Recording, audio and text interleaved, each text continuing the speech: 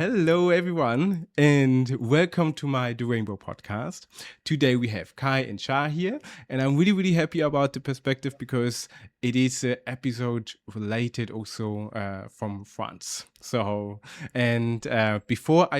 going to the first question, can you both introduce yourself for the community? Sure. Sure. So I'm Shah, French, just like you said, and I'm here with my girlfriend. Hey, I'm Kai, and I live in France, but I'm not French. I'm actually Lebanese and Malian. Okay, that's really nice. But did you grow up in France, or did you grow up somewhere else? I didn't grow up in France. I grew up in Mali, but I've been living in France for 6 years now. 6 years. Okay, nice. I already think it's really nice because we have then more perspective about different countries, and I think it's really, really good to have this point of view. My English now. Specifically because we have, I think a lot of people have misconception for different countries, and when we're talking about that, we're going deeper, but we start with the first question. How did you both find your relationship style? Okay, so to put in a bit of context, we're non-exclusive. We're in a non-monogamous relationship, so it concerns more of the physical and intimacy type of relationships more than the romantic parts of it. Because in a romantic point of view, we are exclusive, in fact. So how did we find it? Honestly, we were just curious, I would say, because both of us neither had tried it before, and it's our first time trying it. It has its troubles, obviously, like every other type of relationships, but we're trying to navigate it, and we're trying to do our best, obviously. But it was mostly curiosity. At first, we were in a long distance relationship, so obviously we weren't seeing each other every week. So we seeked physical intimacy with other people because, unfortunately, our other half couldn't be here all the time. So it kind of started like that for me, and for Chahinaise, you can go ahead. Yeah, well, it was a bit different for me because I've always wanted to try it for different reasons. First, I think that when you're in a relationship, you're two different people, but um, you don't. There's no ownership kind of thing to me. The person, I don't own the person, and they don't own me. So if I want to do something that makes me feel good, I want to do it, and I want them to be able to do it as well. It takes off a lot of the frustration, a lot of the cheating issues that you can have, because if you have an itch, you can just scratch the itch and get it over with. So it was more about that for me, and actually, they were the one who offered me to be open, and I said yes, and so far it's been working. Yeah, because we met in Lisbon, and when I met you both, for me it was really harmonic when I saw you together, and because for me or I did 1 year open relationship, and for me it was, I think it didn't. I thought it might be a good way because we had less sex and all that, but in the end, it wasn't fixing the problem we actually had.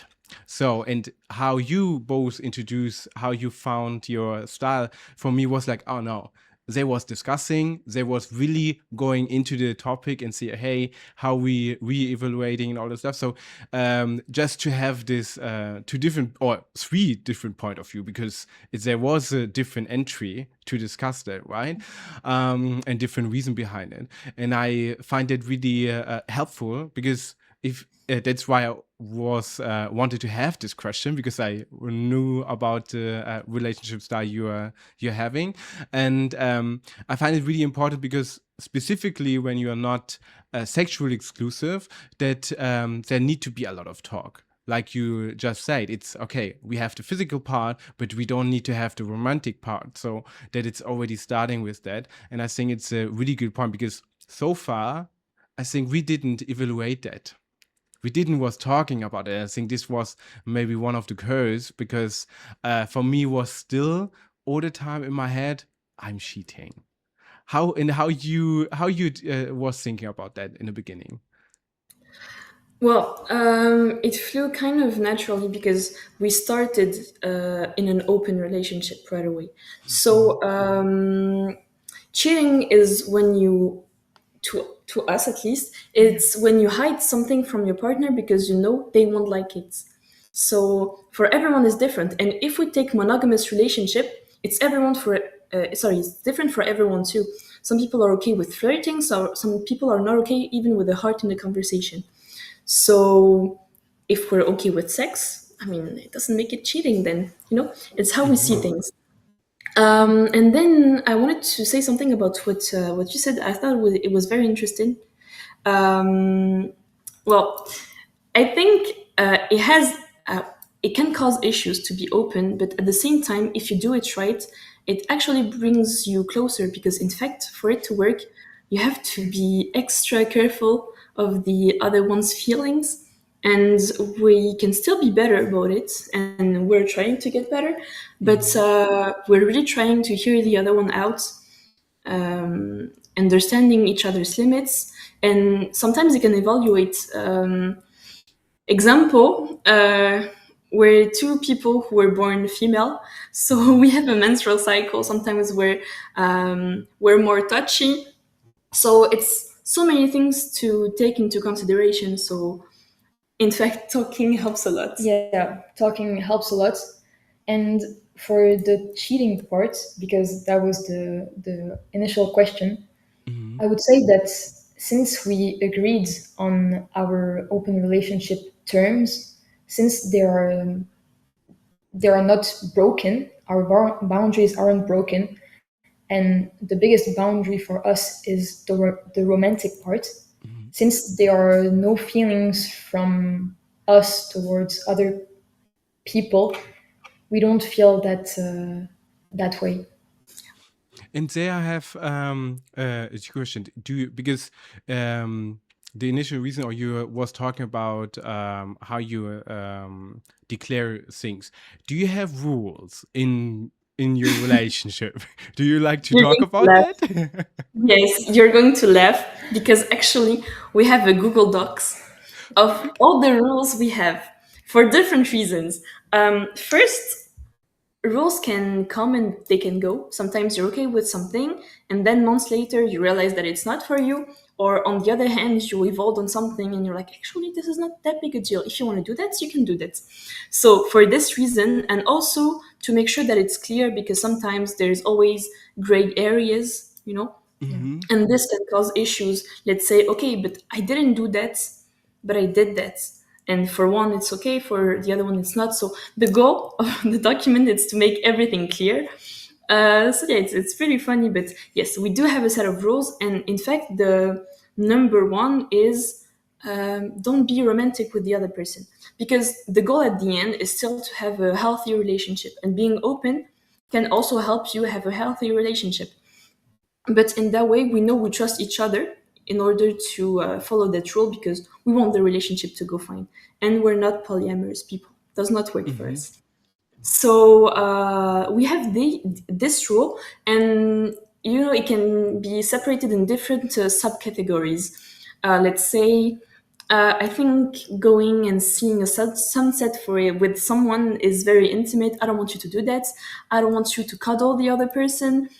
Can be all those rules, that actually, yeah, the big rule is don't be romantic, and then there's so many things. Don't sleep in the same bed as them. It can be a lot of different rules, but it's always towards the same goal. Yeah, it's exactly like she said. It's always towards the same goal. I really like that, how you split things, and how you actually also really open about it, how to do that, because I think it's or in the beginning, my biggest fear was like, okay, the romantic part, what you're just describing, it's like, okay, when he's going out, have sex with someone, or kissing, etc., that this might be causing some feeling. And I think and I experienced as well that I needed to work actually a lot of intrinsic to myself to figure out, okay, what is actually bothering me. So right, and but we never had this. Yeah, never came back together and really evaluating and all this stuff. And I think this is one of the most important part, to be really open and clearly about the emotion. But do you think then for this step you need to be really and highly emotionally available? Yeah, clearly, because if you're not able to accept the other one's trauma, feelings, conversations, it's unfortunately it's not going to go fine for the relationship.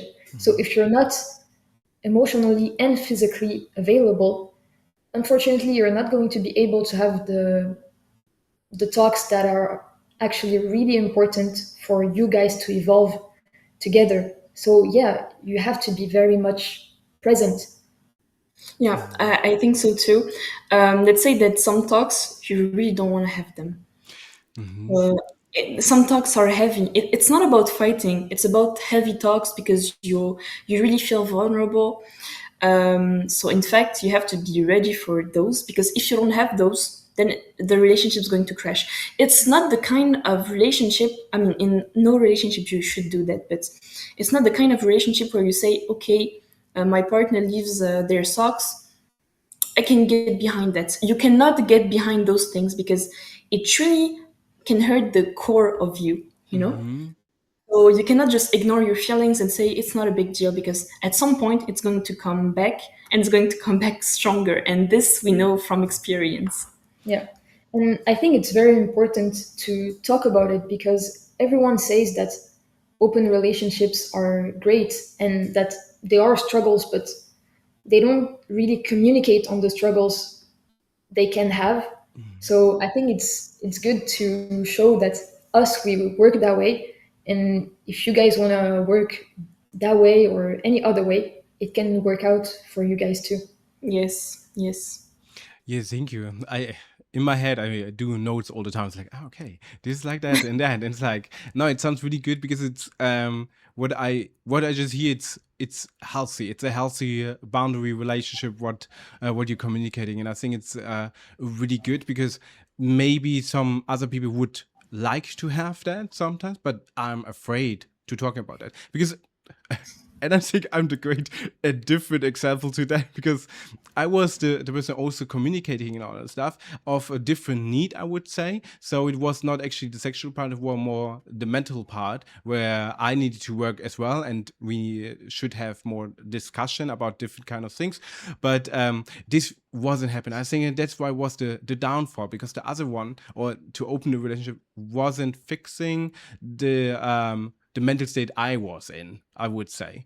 And that's why to hear how you're communicating and that you also say that it's heavy topics coming up, it's like, yeah, that's, yeah, 100% I can see the heavy topics, what is going on. So it's a good review about the relationship and how make it in a better direction. Of course, there will be always struggles, different people, different types.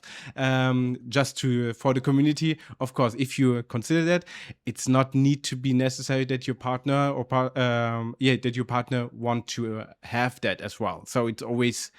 It sometimes can just be a desire, and then to see, okay, how you can navigate with that, right? So, yes. and what you would say if, or what would happen if one of you would say, "No, I don't want that." Okay. Well, I'm not saying it happened, but in some way we had our struggles and we had our doubts. Um, well, at the end of the day, we have to find a compromise, because if one thinks that monogamy is their way of having a relationship and the other one is not, at some point it's going to be an issue, Mhm. because there's one or the other who's going to get frustrated. So it's either the first one who's going to suffer to see the other one going around, or the second one who's going to feel bad about their freedom being taken away. So it's not, I don't think it's something. I think it's something that should be talked as soon as possible, Mhm. because even if you decide to go in a monogamous relationship, sorry, um, it can evolve, and we know that nowadays we have a lot of couples, especially in the queer community, who are beginning to be more open. I'm not even talking about polyamorous people, Mhm. but we know there are a few some. So at some point, if you think you want to try it, I think it is important to have this discussion with the partner, because for some it is a deal breaker and it's never going to happen. So if you can talk about it as soon as possible in the relationship, I Yeah, think it's good. Yeah. That's of good. course. Okay. I just wanted to say something, Mhm. because we said that it was important to be emotionally available for that, but I want to be less harsh than this, because I believe that everyone deserves to try it. You don't have to be perfect to try it. It's like everyone deserves a relationship, whether you're feeling bad, you're feeling depressed. It's we all have our struggles. The only thing is you need to be able to say, okay, I'm going to try and I'm going to communicate.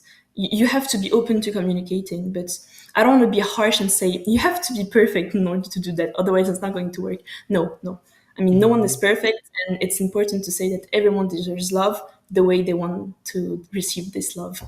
Yeah. That's a good one as well. Thank you for that. And I think it's a good time to go to the second question. How was your coming out experience? Because now we have we have different point of views here. So that's I think it will be a really good one. Who want to Yeah, start? so I'm going to go first. Okay. So we rip off the bandage. Okay. Mine went really, really bad. Mhm. I'm from a Christian Catholic family, and I've been raised in faith and Mhm. in church. So obviously, for my parents, it's homosexuality isn't something they consider. Like for them, until now, it's a sin, Mhm. and it's not natural to code them. So it went really bad. Uh, I came out less than a year ago, and at the beginning, I stopped talking to my parents. I I really stopped communicating with them because we weren't having conversation.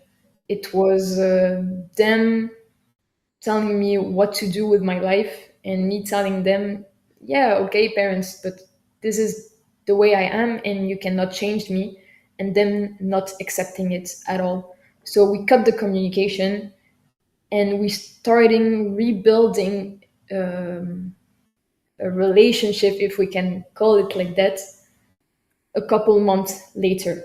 But Mhm. until now, it's not going well. Let's be clear about it. They still don't accept it. And I know it's going to take a lot of time. Maybe they are never going to accept it.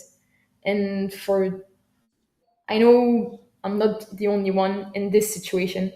And it takes time to accept the fact that your parents are never going to accept you.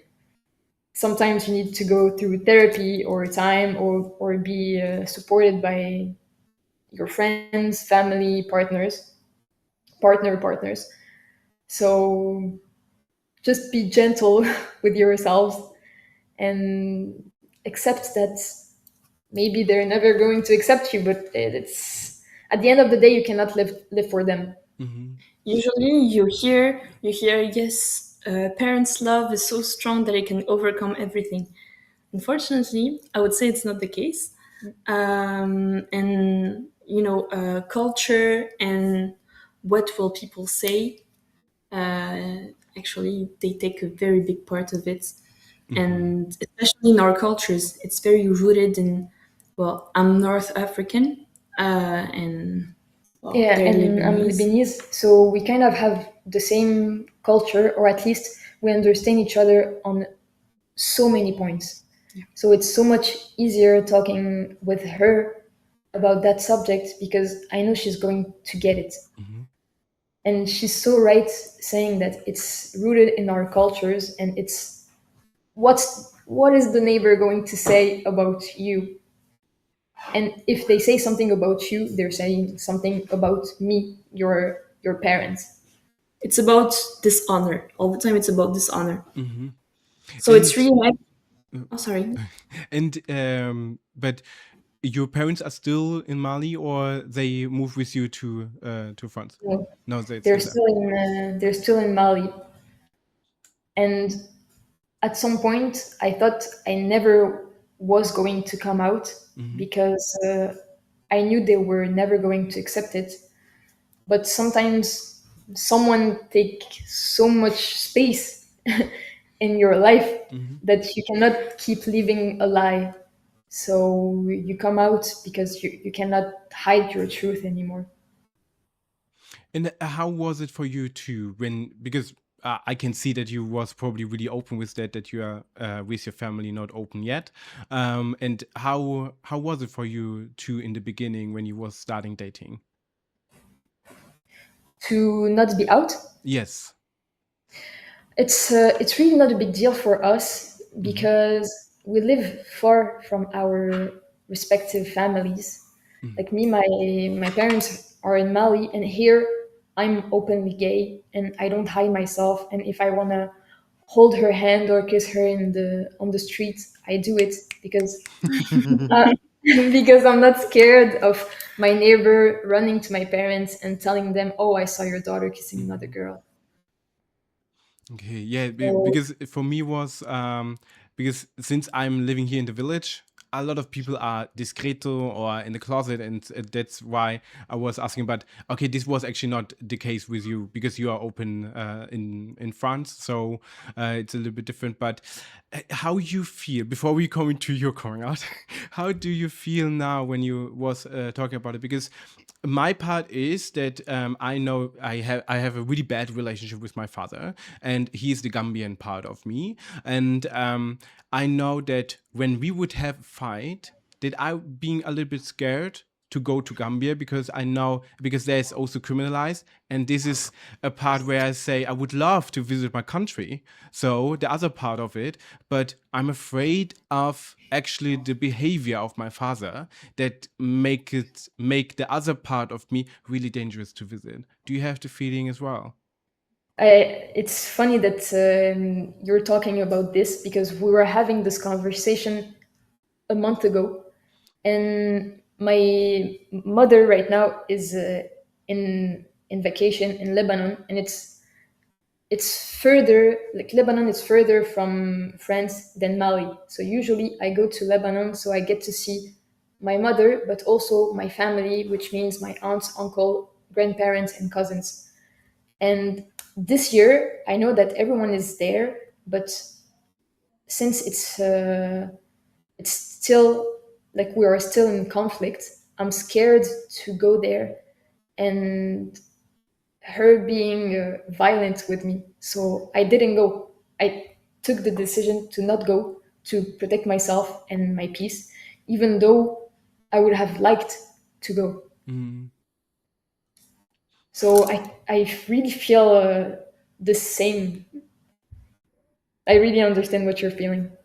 Yeah, it's because I can see my sister was there now, and she's heterosexual, so she don't have any issue to go there. And but in the same time, I was like, yeah, but I know my father. So the thing is, if we going on a bad foot with each other or in any conflict, even he would not know that I'm there. But I have four siblings there as well, and of course I never saw them, so I would love to see them. But then there's a yeah, it's the and I think a lot of people can't really understand it when you have the conflict when parts of you and a country is criminalizing that you are queer, and the punishment can be really harsh. You can be going in prison. In some countries, you get even the death penalty. And I think a lot of straight people not really understanding what it's mean to break with the family in a certain point. So that's why I can really relate there, and it's for me. I hope it was fine to ask that, but that people see that there's more when we have it coming out, and I think Yeah, this is what a lot of people don't understand. of Yeah. course. Yes, it was okay. I'm very much at peace with all of it now, even though there are some hard moments. Obviously, there are some downs, there are some ups. Mostly it's ups, so it's fine. But it can be touchy for some people. And I have my emotional support every day with me. I'm the lucky one. That's good, and I think it's a good point to come to your coming out. Yeah, of course, of course. So about me, the experience was very, very different. So just for the context, we're both lesbians. So I had a lot of trouble with my sexuality because I knew from a very young age that I was not straight. But I was trying to convince myself that I was bi in order not to have to come out. I think it's an experience that many lesbians have, or gay people in general have. So I'm sorry for bi people, but this is what I did at first. Um, so I did that until I couldn't anymore. The first time I kissed a girl, I realized that I was never attracted to men, although I've been with men quite a long time, let's say. And so at some point, I decided to come out because I used to be very close with my mother, and it's really hard having to hide all this big part of my life, which is my partner, because I do everything with them, and it's hard when you're close to someone having to hide so many things. And so I had to go to Portugal, and I was supposed to go to Portugal for a year at least. And well, I didn't at the end of the day, but I thought that I had to come out before leaving because I wanted to do it in person. So I asked my aunt for advice, and she gave me advice. And I went there, and I had my brother there to support me. He said, when I went upstairs with my mom, he said, if you need anything, we're coming and to rescue you there. Not for the violent part of it, but more for the emotional support. So I came out, and I mean, she didn't seem surprised. Just for you to know, my mom is very religious as well. Muslim part this time, but same principle, very religious. The difference is my mom always raised me in religion, but more putting the stress on the accepting part of religion. You have to accept everyone, everyone should be treated the same. You have to love and help people as much as you can. So I was not raised in hatred, but it didn't avoid the fact that I was scared to come out. So still, religion played a big part of it. So she wasn't mean to me. She met my girlfriend, I don't know, a couple of months ago. Yeah, a couple of Yes. months ago. So let's say 3-4 months after I came out, which was really a victory actually.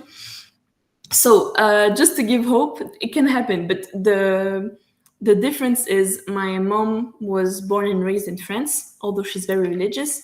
So it helps. It helps because she dealt with the gay people all her life. And so she knew it was a part of society, that it was normal. And she said to me, I know it's not a choice. And I didn't have to tell her that. She knew from the start.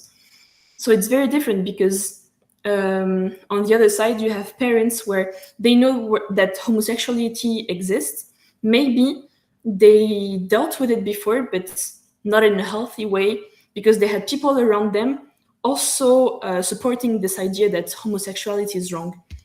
For my mom, is not the case. You have closed-minded people everywhere, but when you're in France, you have people being out publicly, obviously. So she was used to having gay people around, and I was just one more, let's say. Although she was always scared for my soul as a religious person. I mean, she still has things to improve, but it could be way, way worse. At least she doesn't think it's a mental illness. Yes, yes. Yeah, this is the other part why we are facing. It's like, oh wow, but Yeah. no, it's I can really relate to that. It's also because even we have kind of accepting family somewhere that we are still struggling because the society is putting us in so much pressure. I'm not sure because you're both a little bit younger than me. How is it in the, I would say, with the new generation there? That do you think it's a little bit more accepting? Because I can see that that it's both ways. It can be really harsh in some parts, but in other parts can be also really accepting. But how is your experience there? I have the feedback of my sister actually, because I have a younger sister who's 12, so very much younger. And she tells me that, well, she went in the same middle school as I did, same high school as I did. And I remember at the time there was only one lesbian that was out, and she Same was getting with- mocked. Yes, that was out. And she was getting mocked all the time because she was the weird girl, because she was a lesbian. That is weird. That was odd at the time. And my sister's saying that there are a lot of queer people who saying that maybe they're non-binary, or maybe they're bi, or actually, well, I'm not bi, I'm straight, or I'm a lesbian. And it fluctuates because at this age you're not sure, you're young. But queerness has become more normal for sure. And we're talking about a very small city, we're not talking about big city. So it really gives hope. It really depends where you go actually, because small cities can be more close-minded, but at the same time, we know there are some parts of France that are more conservative than liberal, like everywhere, of course. But no, I think it gives hope. Yes. Yeah, I completely agree with Chahinaise. At the end of the day, it is getting better, even though unfortunately politics plays a big role in it. And Chahinaise could talk about this way better than I'm going to, but we agree to say that when the politics votes laws that go against LGBT people, we get oppressed.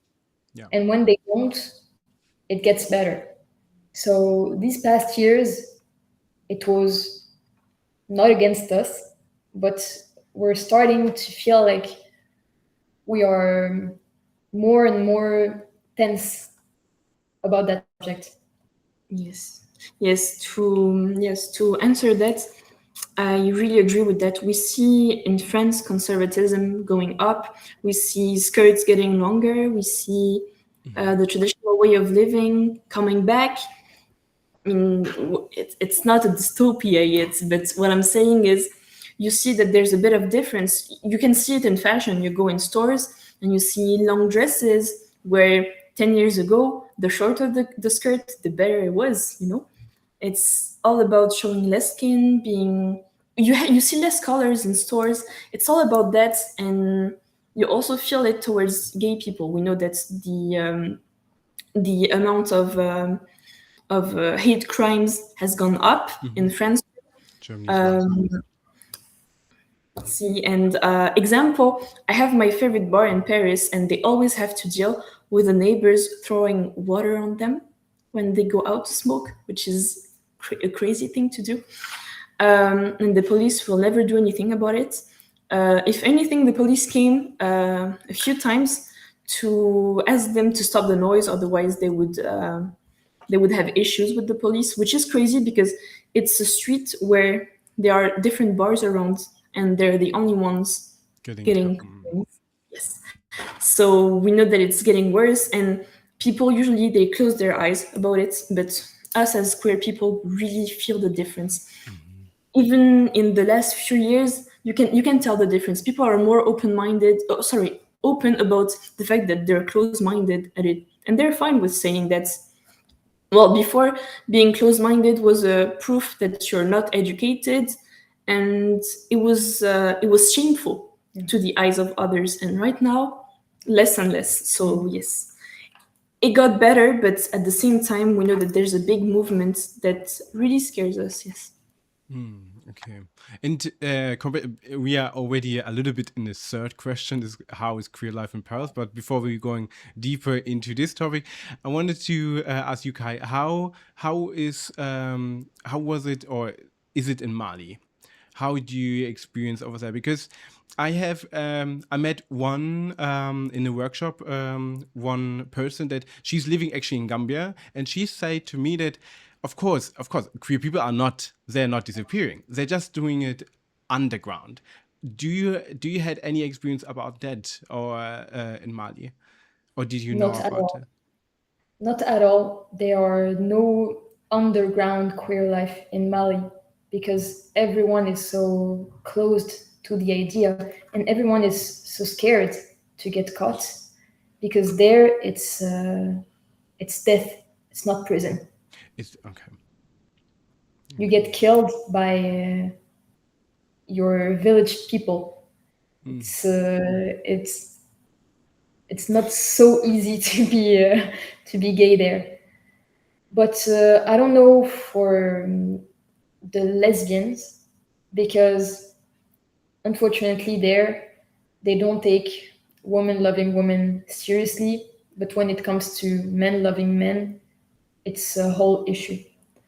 So in Mali there were no queer life, like no queer life. But in Lebanon, as you said, it's it's like in Gambia they do it underground.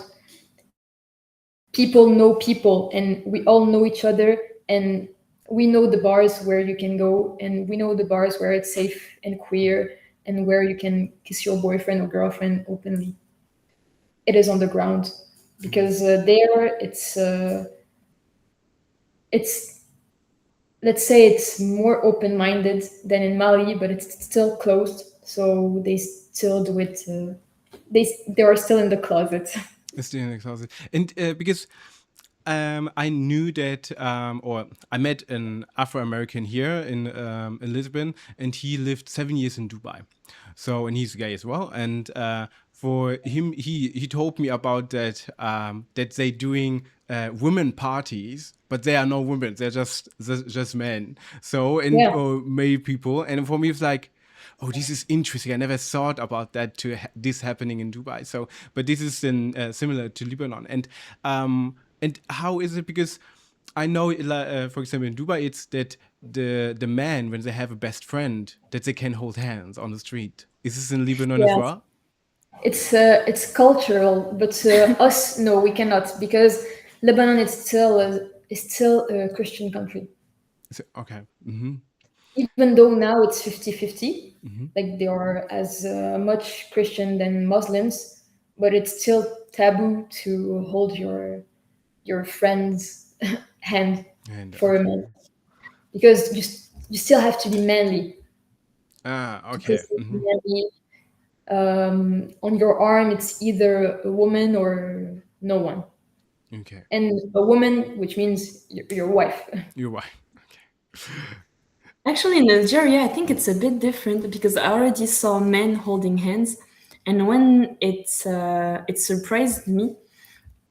It was a long time ago, you know. It was when I was younger, but basically they were saying, yeah, it's normal there. It doesn't mean like it's not the same mark of affection as we see it in our Occidental culture. It's more of a I like the person, they're my friends, and it's okay to hug or to hold hands. I don't know if it's still the case today because I know that we talk a bit more about gay people there. Not for the right reasons, but now it's kind of a witch hunt. So maybe people don't hold hands as much because they associate that with gayness. But I know at some point, yes, it happened too in Algeria. Yes. Okay. No, because this when I heard this the first time, so for me was like, how? Because this is like I never would experience to hold my boyfriend's hand. So, and because also we agreed on the in my last relationship we agreed to not do that. Just we didn't have the need for that. But in the same time, when I heard it about that in West Asia, that they are doing this, actually for me it's like, oh, this is surprising. So that because that the man best friend man can hold hand with each other, and I find it really cultural curious Yeah, it is. to have that, because the portray specifically in Europe, what they trying to portray on these countries is that they are so homophobic and all that kind of things, but in the same time they have a different culture to allow men to hold hands with each other just on a based on friendship. And because in Germany never, Never. If you holding hand with a man based on friendship, you would never do that. It's they declare you right away you're gay. So Yes. Yeah, of course, of course. But yeah, it is cultural. It's cultural in Muslim countries. okay, now super interesting. I love that because it's if we see different kind of parts in the world and would connect them with each other, with all over the world, there was no issue, right? I don't know. Yeah, yeah. It's because if we implement the holding hands with every gender we want to, it would be so nice. Nobody cares. Oh, they can be best friends. They can be a couple. I don't care. So I would love that. But yeah, but here we can go to the third question. How is queer life in Paris? Or now I hear because I thought you're already living in Paris. That's why I put the question. But how is queer life where you are at the moment? Actually, I think Chahinaise can talk about the queer life in Paris because she's been living there for 2 years before coming to live with me here. Yes.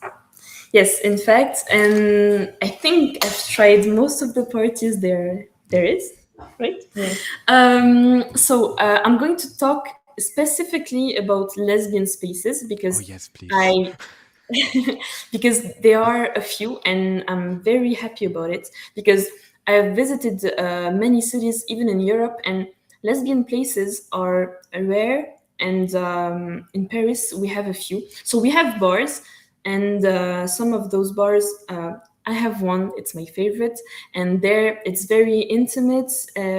Everyone is very close to each other, and you see different types of lesbians. You know, it's not always the thin, white, feminine lesbian. You have all size, all shapes, all kind of lesbians, and it's great there. I mean, it's for Flinter people, so obviously not just lesbians, but people who will maybe date you. You know, so people Yeah. among your community. So there's that, and also we have a lot of parties there that are lesbian only. Sometimes next to, you know, there's a club close, just associated with Le Moulin Rouge, and there you have big parties from different collectives, lesbian collectives, and I've been to a few as well. There we have different places, but sometimes it moves. But there are thousands of people, and I would say you have at least two a month because we have different collectives organizing that. So you can really find your people there. There are parties for only people of color. I mean, it is for people of color. If you're white, you can come. It's not your place, but you can come if you're accompanied, no problem. And if you respect the culture. But so you also have lesbian, like people of colors and lesbians in some parties too. So you can really find your place. There are Latina parties. You can really find your people there. And it's the big thing is that, for example, my group can be niche. I'm North African. I'm a lesbian. And I'm going to find my people there. There's no problem with that, even if I want to say lesbian only. So it's a big thing. I know that a lot of bars there, they struggle financially, so we try to support them as much as possible by buying drinks, by tipping when you can tip. Because you know that, I mean, in Europe, tipping is really optional, and most of the time you don't do it. But when you go to those places, if you can afford an €8 drink, maybe you can put €1 more just to help the place, you know. €8 is already a lot for a drink, so maybe 9 is okay, you know. Yeah. This is how I feel. You have drag shows, you have I mean, you have so many things. You have sex parties there, you have everything you want. It's And lesbian only. And then there's also the queer scene that is way wider. And you have so many things as well. I don't know about the gay community. I'm sure there's plenty because usually in cities, if there's a queer environment, it's for gay men used most of the we time. are dominant. Yes, cis, white, and Yes. gay. But yes, I'm sure in Paris there's a lot of spaces for gay men, but I'm not going to talk about it because I'm not sure. But yes, lesbian and queer, there's plenty. Nice, because I was so excited when you to talking about it, because this is the thing I experienced even in Berlin. There was one lesbian club. That's all. So and or at least it was my experience. I was not that so much deep, but for example in Lisbon, there's nothing. So it was really hard, and I think it's the to hear about that it's different in Paris. It's like, okay, everybody in Germany who is listened to that and is lesbian, go to Paris. So Yes, please. Please come and spend your money on our bars so they stay alive, please. exactly, because the thing is, I mean, for me specifically, Berlin was a good experience to find my sexuality and find what I want. And when you talking about Paris and the rooms you can go in and the parties and being exclusive with your own community, I think it's a different experience, and that's why everybody who's hearing that and encourage your queerness goes there, because it's something what is different. Because if you're going always to male dominant clubs or parties, or and then they call it queer, it's a little bit for me, because it is gay dominant, so it's a different vibe what you experience over there when you're in spaces where the majority are lesbians or female figures, and that you have it, yeah, it's a different environment, and that's why for me it's really important or to listen to that, because then it's like, okay, if I have someone else who is coming out, it's like I send them to Paris, because it is something we need to experience to be. It's the same where a lot of people going or going to ballrooms to see. Okay, I need to find my people. I need to find the queer POCs we have, and where are they? And normally, because in the beginning, when you're going to specific places, sometimes they are white dominant, and but when you're going deeper and also in the ballroom scene, then you see, okay, here are my black queers, my POC queers. So it's a completely different vibe, because also here in Lisbon, when you're going there, it's still I would say still dominant, or what you can see male presented, but in the same time, when I was here in on the ballroom, it was completely different to the normal environment you go to clubs or something like that, and that's why we need to find those places, and if we have a hotspot specifically in Europe where we can go actually, or have a trip to go, I think it's a good way there. So Yes. really good. And Yes. we're talking about the partying, and it's great that we have female DJs put forward, sorry, because usually we see men and we don't see women as much. But there's not only the partying, the clubbing part of the queer life in Paris.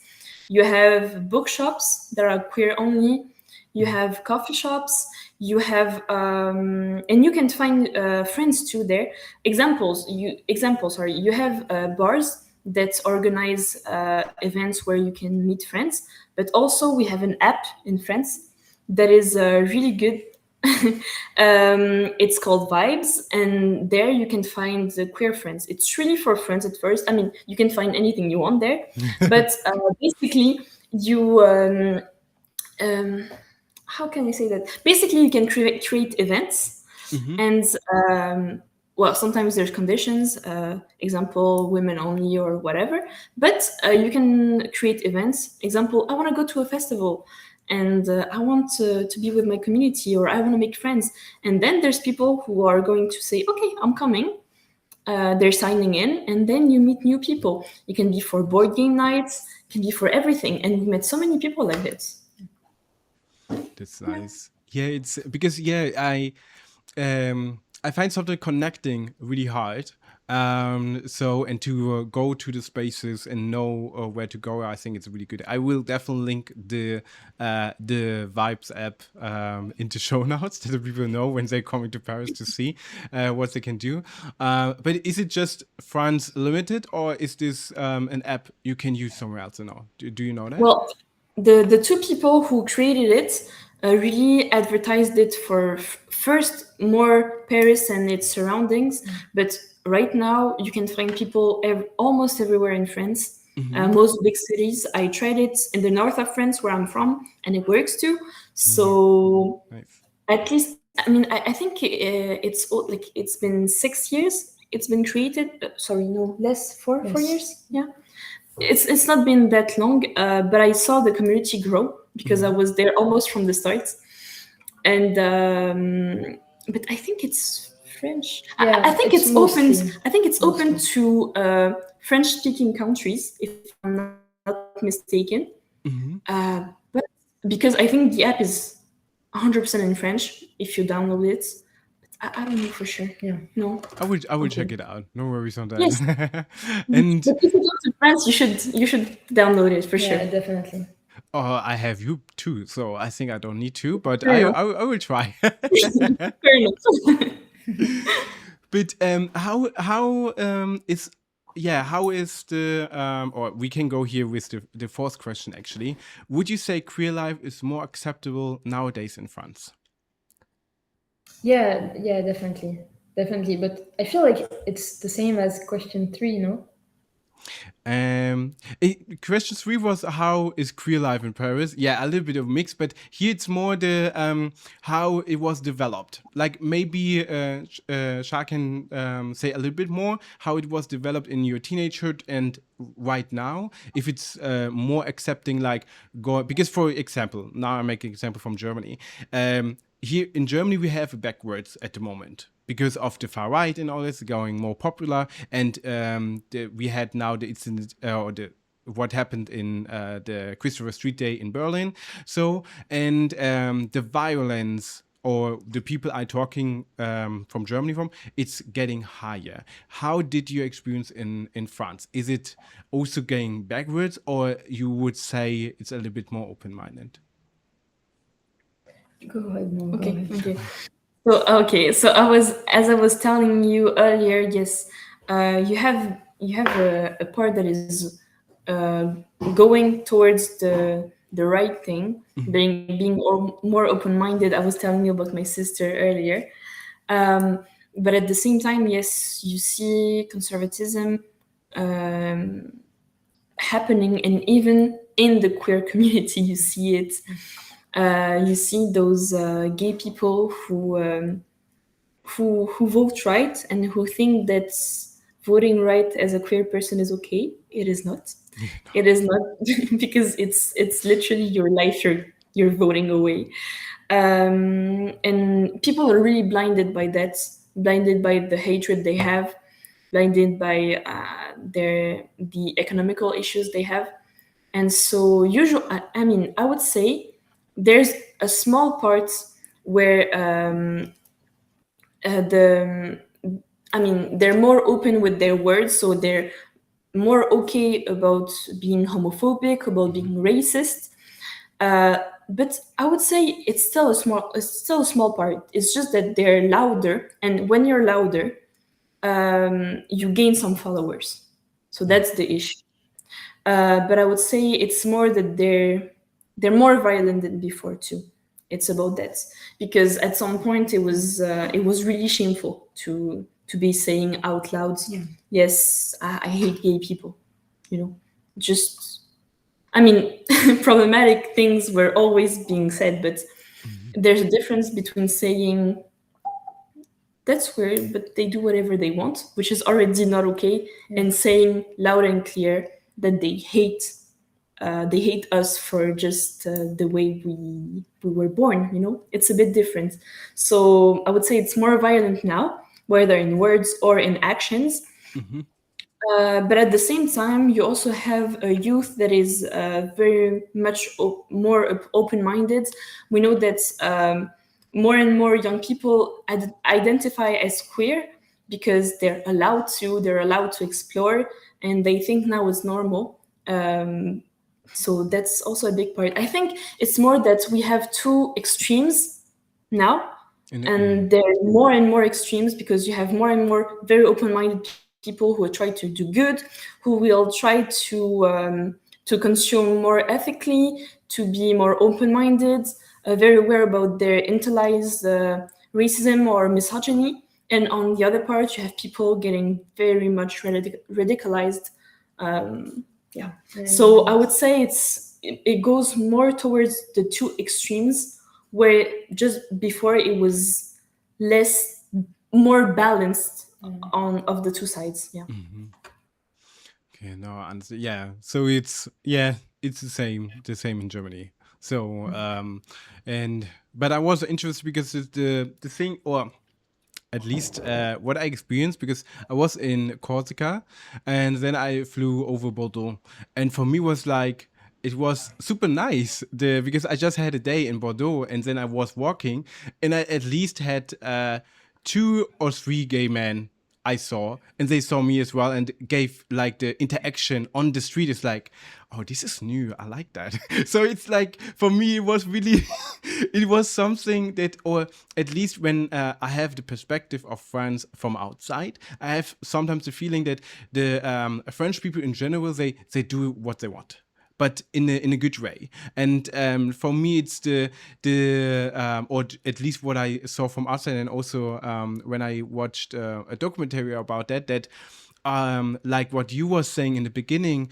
that it's still more discussed than what we have in Germany, for example, because Germany is really we are really short-minded. So it's like we have our way to do, and then it should be the way, But there's not so much, or not always, a nuance to discuss. And I think a lot of what we're consuming from outside help us a lot to involve. But I have the feeling we, or at least in the sexuality wise and all that kind of things, that we could learn a lot from France, actually.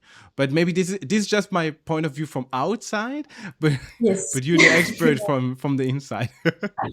Yeah, as French people, we see Germany and Berlin like the capital of sex positivity, queerness. This is how we see Berlin and Germany. And you're going to tell me it's not true, so I'm going to say the same and say that well, it's not 100% true in France. I'm telling you the good part, the parts I live, but it's also because I'm surrounded by a certain kind of people. So I'm obviously biased. If you ask someone else who lives in the countryside, their experience is going to be way different than mine. So maybe let's say that we both have to learn from each other. Yeah. Yes, but I don't want to oversell France. That's the thing. No, I understand it, because but I agree with your point with Berlin. I think it's really a high sex positivity, sex positive city, 100%. So that's why I always was saying, okay, if you want to explore, go to Berlin, 100%. I think my 20s in Berlin was really great because it's involved my sexuality and what I like, what I don't like, and to see a lot. But also, now I'm redoubling. I don't know. I need to ask my lesbian friends actually in Berlin how the lesbian community is there, because I have no clue about it, because I always was in gay spaces in that way, or mixed spaces. So but still, when I see the spaces, there was not so many lesbian in these spaces either. So I need to ask them, but I think they definitely are, but not that high what you was saying. So that's why I always go.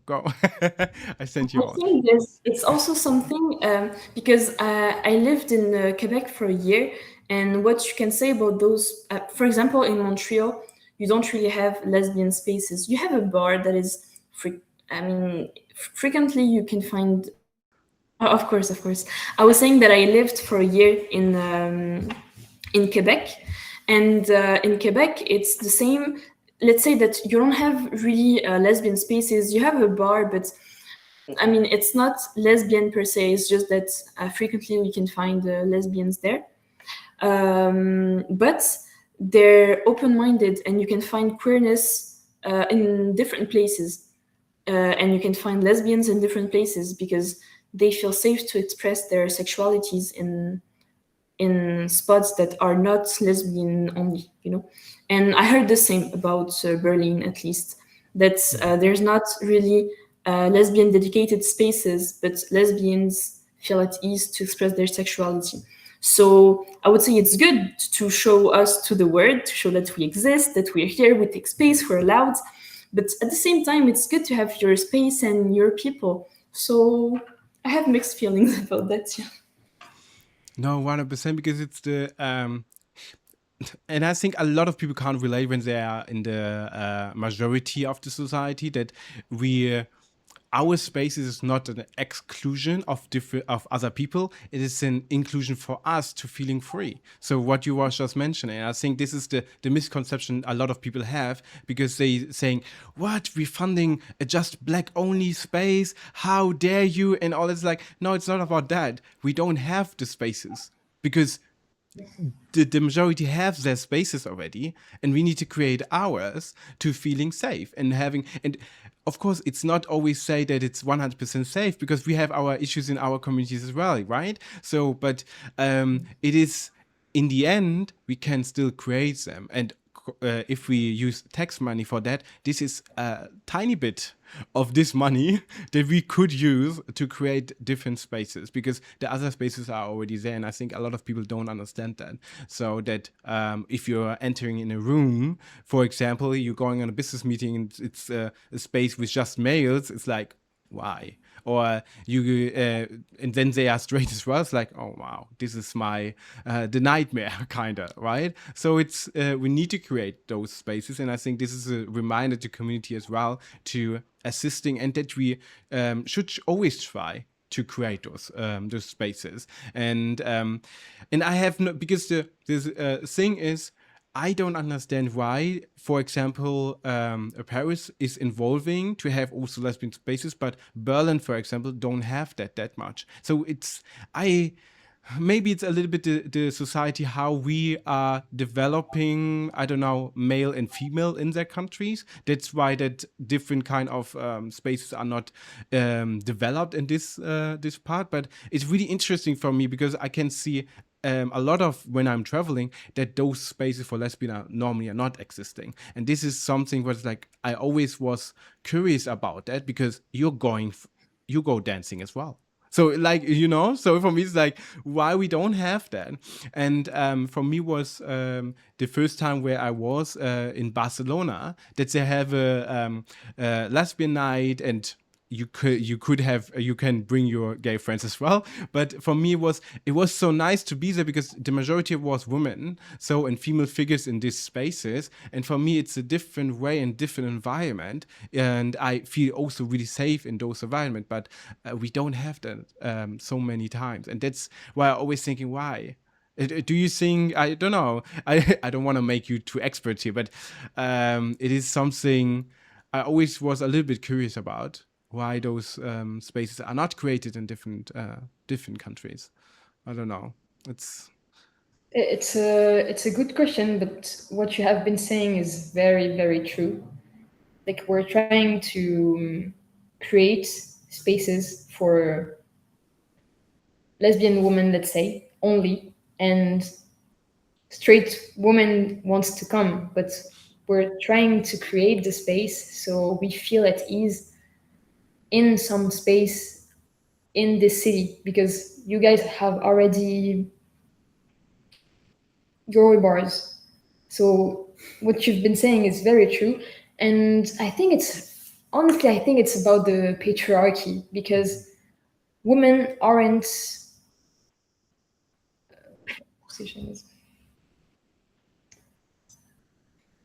like, we don't support women in business. So I think it's Okay, yeah, it's a glass ceiling here. It's that yes, you yes. that you have a limit of support when you're trying to just have woman only space or lesbian only spaces, because then the intersection is here as well. You're not just a woman, you're also queer or gay and lesbian. But and this is where, because sometimes I'm thinking, okay, where's my intersection? I have so many different things, and then it's like, okay, now I feel a little bit something happening here, but I can't really touch it and have it in my hands. What is the limit of my success, right? And this is, I think, this is what you wanted to say, that Yeah. the ceiling it's harder when you're being lesbian and then when you're POC as well, so that you're Yes. not getting the funding, not getting the support, and need to double down and work harder. And then when a white woman is coming, now, not generalizing, but it's a little bit easier for them to have this white woman straight surroundings. And for example, if we're going with straight wives, it's like if they have this narrative, it's easy to create those spaces, because it's like, oh yeah, they are the womanhood we need, right? But the other womanhood is not what we want. And it's like, yeah, it's really interesting, because because I can see also with the straight men, we still have the patriarchy lover boy. So, because if they are being straight and presenting male and not saying that they are gay, they have all the privilege like a white man. And I think this is sometimes we are not, how it's called, evaluating in this, that they have a huger privilege than, for example, if you are female. So, and so really And good. we also see people who are born female as an appendix of a man. It's always you're always associated with a man. You have the last name of your father, and then your husband. I mean, it's not a rule, but it still goes like that for some people. And actually, lesbians, they piss off men because, I mean, not every lesbian is, but we're trying to all decenter men from our lives. And so it's why, example, I would say lesbians, although they're sexualized, there'll be less hate crime than gay men. It's also because, I mean, they don't care about women if they cannot use them, you know? And since they cannot use lesbians and they cannot have those people, which is why also there's a whole fantasy of the lesbian woman that you want to have, or you want to turn straight again. But other than that, if you know you cannot have this person, well, it's not interesting, sorry, to them. So it's also about the fact that they don't care. They just don't care. I play roller derby, which is a very lesbian sport, and for some clubs I've been in, it's very hard to find a court where to play and to really host games, because the city the city hall doesn't care, the people don't care there, because it attracts women only, and it's not interesting to them, especially women in sport are very much not taken seriously, so even more. And this is the specifically now with the World Cup, for me was all the time. For me, it was really easy to boycott, because it's like, okay, I'm not interested in football at all. But in the same time, it's the people. It's like, for me, it's like, we have different other things. Why you're not watching African Cup? Why you're not watching Women's Cup? So it's like, you have alternative. You don't need to watch Man Cup anymore, because we have the alternative. Because you could boycott, and I would say the other cups can be really interesting to watch as well. Because, in my opinion, when I see the Women World Cups, like, they are better in football, but this is just my opinion. But because I don't see that much that they are laying down on the grass and crying all the time. No, they're playing, and they are on the field for the play, and not in Man Cup. It's really, I don't. This is the narrative, and then people are saying all the time, women are weak. No, you're one of the female figures in general. They're one of the strongest ever. So, and it's. I don't know. If the men wake up, this is a wake up call, if you see that, and listen and trying to understand that we need to support the other gender here as well, to have more visibility and more respect. And I think this is the most what we need to try to understand, to respect each other. And I think the people don't want to have that. But yeah, I don't know. It's it's a wild journey. But here we are actually coming to the last question. What advice or guidance would you give away to the community? Well, we thought about that question and what we wanted to give as an advice to the community. And I think we both agree that the advice that should be given is find your people.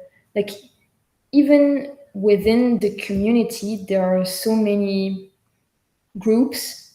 And sometimes when you don't have the codes, or you're not, let's say, a polyamorous or open, if you're considered more traditional, you feel like you don't belong to the community, but you still do. That's what makes a community.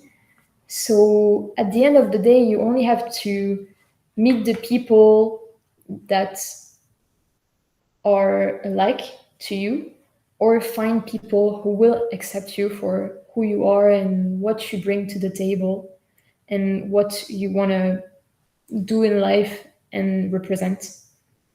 So I think that's the advice that we are going to give today. Nice.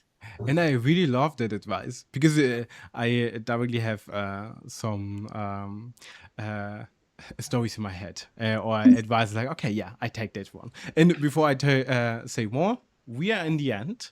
Thank you very much, you both, to joining this podcast. I think we had a lot of really nice topics, and I think the people will enjoy what we was talking about and feeling a little bit maybe more open to figure out different kind of relationship styles.